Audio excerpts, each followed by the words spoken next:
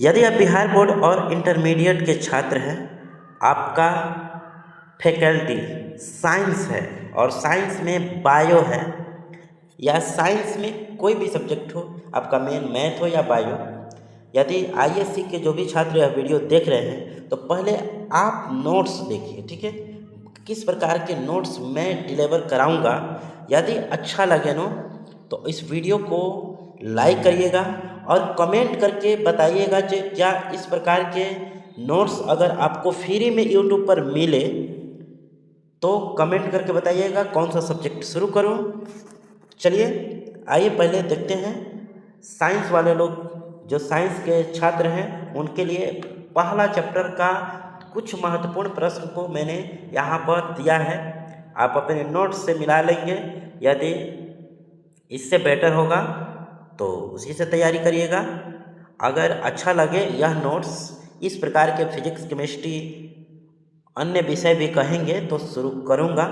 अभी आइए पहले देखते हैं पहला प्रश्न। पहला टॉपिक है, पहला चैप्टर का पहला ये टॉपिक है, कहता है पुंकेसर। पुंकेसर के बारे में बताओ। अब परीक्षा में प्रश्न पूछेगा पुंकेसर क्या है।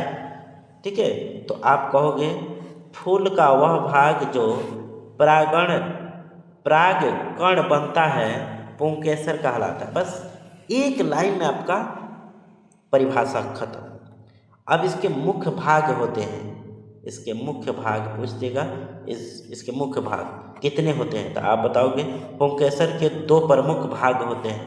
पहला परागकोश, परागकोश में इसमें पराग कण बनते हैं। दूसरा तंतु, यानी तंतु का पूरा नाम क्या है, फिलामेंट। ठीक है, यह परागकण पराग दोष को सहारा देता है।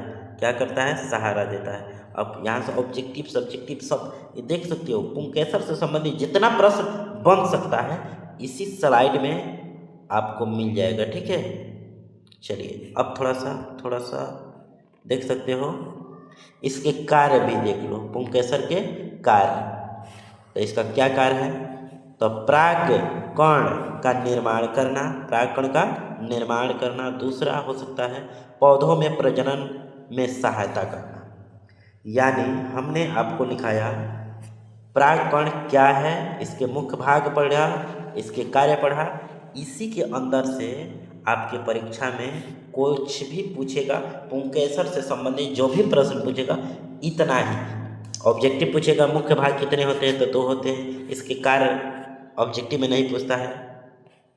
तंतु के बारे में पूछ देगा, तंतु किसका सहारा करता है, यानी फिलामेंट जो है वो किसकी सहायता करता है, तो पराग दोष को सहारा देता है। यहाँ से ऑब्जेक्टिव ये बनेगा। ठीक है, तो ये नोट्स देख लो। पुंकेसर से संबंधित जो प्रश्न बन सकते थे मैंने यहाँ पर डाल दिया। आइए दूसरा देखते हैं, पराग कण के बारे में क्या पूछ सकता है आपके परीक्षा में, उसको थोड़ा सा देखो। तो पराग कण क्या है, किसे कहते हैं, क्या समझते हो, तो उत्तर लिखना। पुंकेसर के पराग दोष में बनने वाली सूक्ष्म कण जो नर जनन कोशिका रखते हैं पराग कण कहलाते हैं। ठीक है, इसका परिभाषा हो गया। अब इसकी विशेषता क्या है, तो ये बहुत छोटे और हल्के होते हैं। दूसरा पॉइंट, इनमें नर जनन कोशिका होती है। ये हवा, पानी, कीट द्वारा एक फूल से दूसरे फूल तक पहुंचते हैं। ठीक है, इसकी विशेषता 3 को हमने यहाँ पर आपको नोट करा दिया। छोटा छोटा याद करने में भी आसानी होगी। और इसके कार्य को भी दिखा देते हैं, इसके कार्य को भी यहाँ पर देख लो। परागण में भाग लेते हैं, गति में भाग लेते हैं, तब परागण में भाग लेते हैं, निषेचन में मदद करते हैं, निषेचन में मदद करते हैं। तो हमने आपको यह वीडियो बनाने का मेन उद्देश्य यही था। इस वीडियो ये नोट्स देखो ध्यान से, ये एक टॉपिक से कितने प्रश्न पूछ सकते हैं उसी को ध्यान में रख के हमने एक टॉपिक उठाया, उससे संबंधित कुछ प्रश्नों को यहाँ पर नोट करा दिया।